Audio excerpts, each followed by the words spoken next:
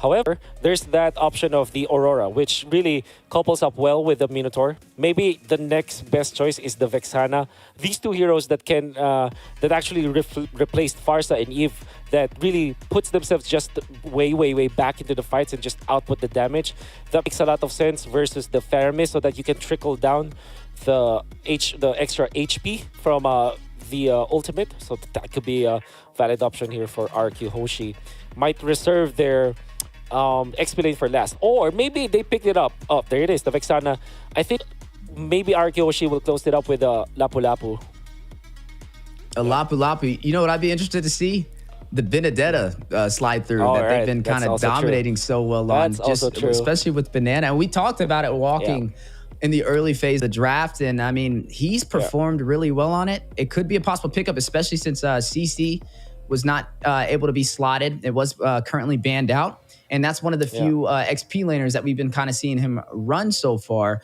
We did see the Ruby banned out as well, which could have been a great answer, either flex to the XP lane or the roam position.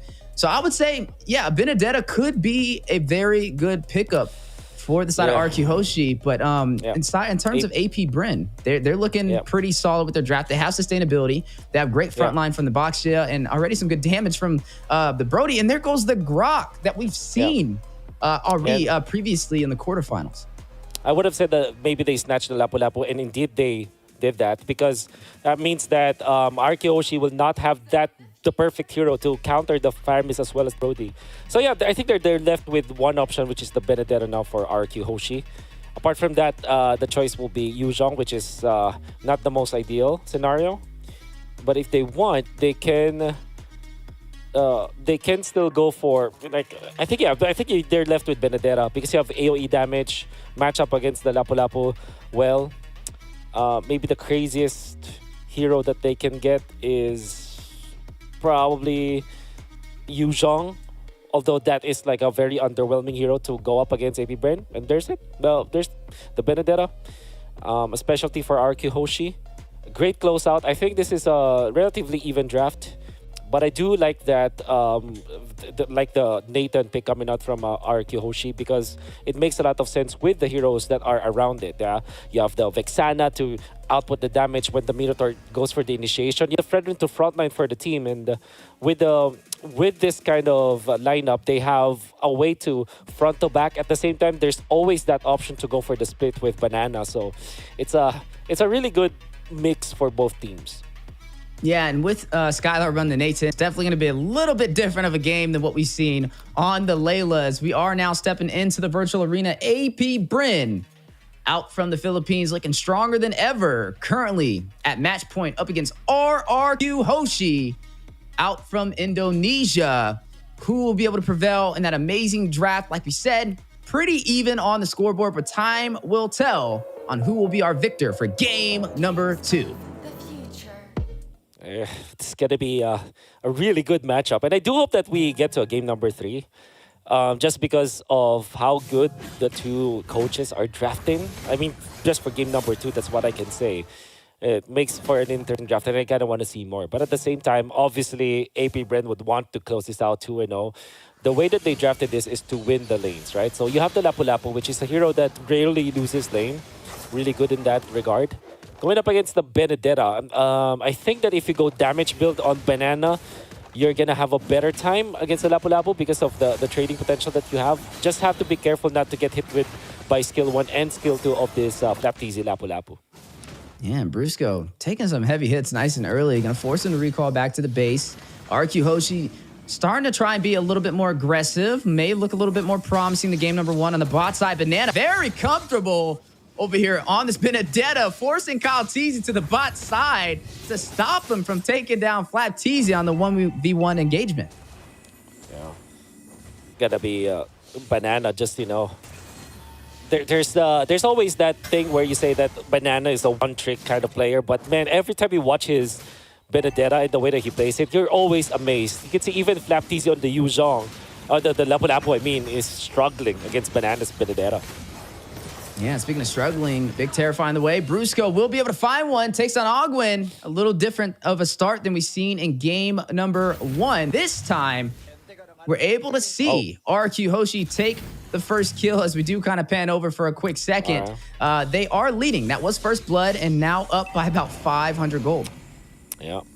Good movements. Taking advantage of the Fredrin Minotaur wall that they can have, moving wall that they have with the Vexana from behind. It's like a war strategy from RRQ Hoshi where they're slowly sieging AP Bren with these big boys in front line, and AP Bren couldn't do anything about it. Even in this turtle take, you can see that it's difficult for them, and Octa is just outputting so much damage from behind. He's free to do it. Yeah, a lot of damage. Irad will be able to claim that turtle. RRQ Hoshi, this is what we're talking about. This is the RRQ Hoshi we've seen in Group Stage A and in the quarterfinals. Now, leading the way in the early game, AP Bren on the backside of things this time around. Now, I would say Banana definitely opening up a lot of opportunity. Running on the Benedetta, a comfort pick, a staple pick inside of his hands. It definitely makes the difference in the early phase of the game, and it's something that RRQ Hoshi is leaning on. Now, for AP Bren, I mean, they're still looking pretty promising. We like the Brody pickup, right? It's really good up against the up and close and personal heroes. Even the Benedetta, if she decides to rush in, it could be a possible problem. But so far, RRQ Hoshi, with the slight lead, looks like they've been able to find their tempo since game one. Oh, yeah. And even Skylar is leading when it comes to the EXP going up against Super Marco, if I'm seeing this correctly. But there was a time where Skylar was level 5 and Super Marco was level 4. Super Marco had to go back to base, and this is looking really well for RRQ Hoshi. All of the lanes are going in their favor, and all of the core heroes from RRQ Hoshi are getting the farm over their designated matchup. So that's definitely a good sign. 3 minutes, 38 seconds to get the Feather of Heaven. Great timing for Skylar. Yeah, and Super Marco going to go ahead and pick up that Blade of Heptaseas for some great initial burst damage. Brusco trying to find an opportunity for the side of RRQ Hoshi. Looks like they're going to go in for a possible pick-off. Rushing straight in a few, but he may be able to make his way into that tier 2 turret. Irad, thirsty for the kill, but not able to close the distance for the setup. Maybe Irad with just the pokes. I mean, look at him having the freedom to do this because of Brusco's protection. Yeah, big wild charge. Guardian's barrier. Oh, wow. Dropping down from Ogwin, trapping Brusco and Octa from escaping. It's a good thing AP Bren did not decide to engage on that, because that was a good setup to kind of zone them away from escaping. Yeah. Great plays coming up from RRQ Hoshi. You can see that without the wild charge, AP Bren might not be thinking about taking the turtle, actually. Maybe they just go for pickoffs. But in comes the turtle fight. Yeah, sitting at about 75% HP. Irad on it over here with the Fredrin, being a little bit of a bully, not afraid to take the fight up close and personal. Rushes into Ogwin for the setup. Baptiste zoned out from Brusco. RRQ Hoshi, total control of the jungle and turtle pit so far, even extending into the purple buff, but Irad may be a little too close if they decide to engage. Big Manoan Fury, triple knockup onto AP Bren. Brusco with the setup, forcing out the Electrifying blow, and the Netherrealm coming alive from Few as both teams still fighting it out over this turtle. Neither side able to find the advantage they were looking for. When Kyle is low, and Irad is half HP but does have the sustain from the as a Fredrin, and they're trying to buzz from this turtle. Who takes it though? Ooh, it looks like Octa will get the steal for RRQ Hoshi. Brusco will fall though. Super Marco finding his first kill of the game. That will go into the hands of AP Bren, but they lose the neutral objective. A 1,000 gold lead for RRQ Hoshi. Irad. Okay. Gonna rush in. Big wild charge for the knockup. Irad will be able to get out of there though. Very low on the HP. Electrifying blow going down from Banana through the Guardian's barrier provided over there from Ogwin, who has had some really good setups with it. I think his placement have been pretty valid so far in the early phase. Yeah. I got a little bit scary for Irad, almost going down, but fortunately he has the help of Octa with this Vexana. The position is just way too good for this Vexana. Octa is just providing so much defense for his team while also outputting the damage, right? So you cannot really just dive as AP Bren. And if you're thinking about the composition of AP Bren, they're mainly like, I would say melee based. Thinking about it, like Brody has it, without the ultimate, Brody's range is not that good. And that's why they need to go up close and personal as Flap gets melted down. Few, just a fraction of a second too late with the Faramis ultimate. Yeah, nice and early pickoff from the side play of the Bush in the mid lane. And now maybe able to seize the opportunity to take this tier 2 turret. Skylar not wasting any time controlling this map for RRQ Hoshi. And so far, they're getting everything that they have came for. AP Bren is now the team that is reacting to RRQ Hoshi. It's really good from RRQ Hoshi. This is the tempo that we're looking for. And like we said, like these 4 people, they will not leave each other. They will let Banana do the split for them. And both Octa as well as Skylars, they're going to be able to output the damage that they needed because of the two bad dudes in the front line. That's Irad and Brusco. And I don't know if you know this already, but Brusco in Tagalog can also mean something like a big dude in the front line, like a brawn kind of dude. Like when you're Brusco, you're like a jacked kind of dude in the front lines. Yeah, definitely showcasing it and living up to that name. There's a lot of things going on in the mid lane from both sides of the table. Bodies may drop here in a matter of seconds. You are seeing the Terrify go down. Octa able to find Flapteezy, unable to find his way back to his side of the jungle. 1 member down for the side of AP Bren. 3 seconds until the Lord spawns in. Oh, man. They're nullifying the Lapu-Lapu by outputting so much damage. Look at Skylar. Good hit on the second skill, and now Flapteezy goes into the fray.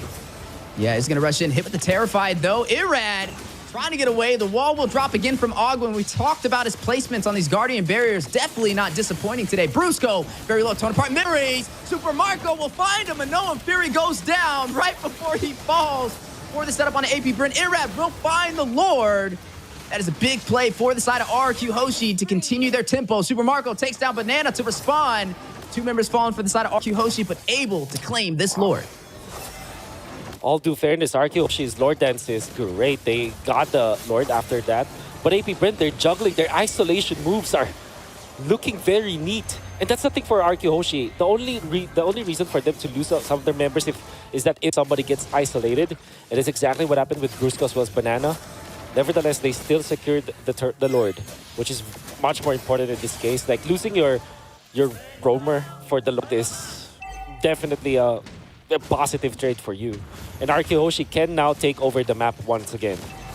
Yeah, with that Lord marching down on the bot side, they may go in for some additional turrets. I mean, look at the top lane. Skylar, again, will take another tier 2 turret in their favor. Now leading 4 turrets to none against AP Bren, and may claim some more in the mid lane as they are going to siege for that tier 1. It will fall into their hands. 3 major objectives, 2 turrets and a Lord over to their side so far. Even on the kills, though, but down in the economy by 4,000 gold behind AP Bren. Yeah. Looking really good for the Nathan as well for now. I mean, we haven't been talking about Skylar, but he is actually left in the kitchen for quite a long time now. 7.5k, 1,000 gold ahead of the Brody, and already up with 3 items. And by the way, Crystal and Stardom set with the Feather of Heaven, that's gonna hurt. If you see someone just stay in front of Nathan for 1 or 2 seconds, no matter who that is, that guy's gonna die. And the only saving grace here for AP Bren is that they have the Faramis ultimate. Even Kyle, look at him take so much damage. Ooh, big Minoan Fury as well for the knockup. The response back, though. Bruce go very low. Entropy going out.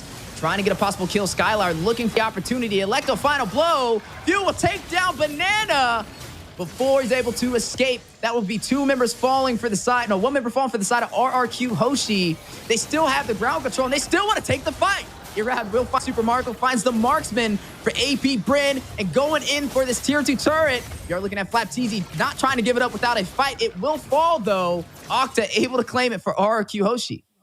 Oh, did you see that juggle coming up from AP Bren? Flapteezy activated the Bravest Fighter, hit onto 2 of their members, and looked like it's as if he will commit to the fight. But instead, he went back, and that actually attracted Banana to go in and get isolated again. He was taken out. However, RRQ Hoshi, with the farm that they have and the fact that they're grouping up, at least for the rest of their other members, they still were able to take out Super Marco, which is big, and they took an objective to go with it. So this is RRQ Hoshi not only controlling the tempo, but now having great plans whenever they're trying to go for plays. It's not anymore a mindless play that they're doing or a very reactionary kind of play that they're doing. This is actually a planned assault coming out from RRQ Hoshi. And now passing that 11-minute mark, you're looking at RRQ Hoshi having full control of this game so far. Hasn't lost a single turret in this game. And now looking to take the next objective on the board. The contesto from AP Bren. A little bit of a knockup. Flatteezy very low. Entropy going down. Skylar able to get it, but a wild charge from Ogwood into the backside. We'll get the knockup, but no bodies will fall. Minoan Fury from Brusco. Triple set onto AP Bren. Still fighting it out. Octa will find another. Down goes Kyle Teasy. Super Marco, though, in the fight. Skylar taking down Few. Super Marco and Ogwin by themselves. Few will get back in time. Get the most out of the passive from this Faramis. Now you're looking at RRQ Hoshi, trying to seize the opportunity to crack open the base from AP Bren. Waiting for more. Skylar just destroys them. Irad gets the last hit, but you can see them. Skylar, though. Yeah, very low. Can't get around that wall. Gets a kill, though. Irad will find Super Marco. 4 members falling.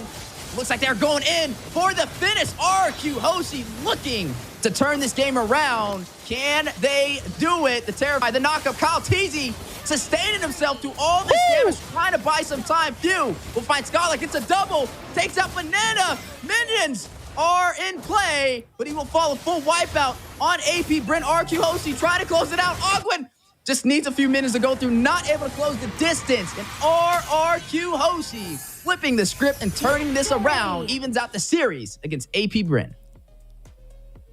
And just like we said before Game 1 started, the priority for RRQ Hoshi is to win their lane matchups, particularly in the side lanes. We saw that in this particular game with that Nathan going up against the Brody, you